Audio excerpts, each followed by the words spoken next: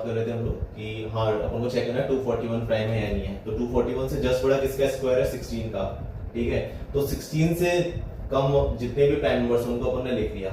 इसके अलावा जितने भी नंबर्स हैं वो प्राइम नंबर्स नहीं है क्योंकि उनका फैक्टर जो है 1 और उनके खुद के अलावा भी कुछ ना कुछ है, ठीक है। तो अब जैसे ये प्राइम नंबर्स है तो हम चेक करेंगे क्या ये नंबर 2 से डिविजिबल है, नहीं है। क्या ये नंबर 3 से डिविजिबल है, नहीं है। क्या ये नंबर 5 से डिविजिबल है, नहीं है, ठीक है। क्या ये नंबर 7 से डिविजिबल है, नहीं है। क्या ये नंबर 11 से डिविजिबल है, नहीं है।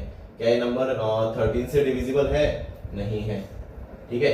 तो अगर ये किसी भी नंबर से डिविजिबल नहीं है तो ये प्राइम नंबर है। मतलब क्या कह रहा हूं मैं कि इससे जस्ट बड़ा स्क्वायर देखो, ठीक है, वो किसका है, जैसे 16 का स्क्वायर, तो उससे नीचे जितने भी प्राइम नंबर्स हैं उनमें से अगर ये किसी से भी डिविजिबल हो रहा है तो ये प्राइम नंबर नहीं है। अगर ये किसी से भी डिविजिबल नहीं हो रहा है तो ये प्राइम नंबर है, ठीक है। जैसे एक और एग्जांपल ले लेते हैं अपन कि मान लो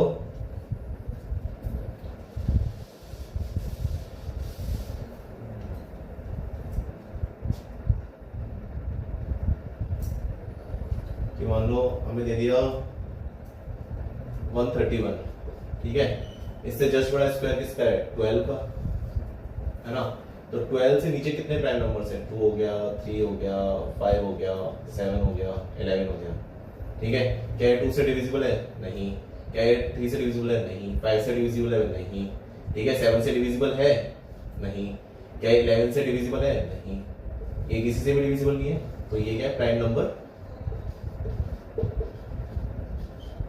ठीक है। अब मान लो अगर ये इनमें से किसी भी एक से डिविजिबल होता, मान लो जैसे ये 11 से डिविजिबल होता, ठीक है। अगर एक से भी डिविजिबल हो रहा है तो ये प्राइम नंबर नहीं होता,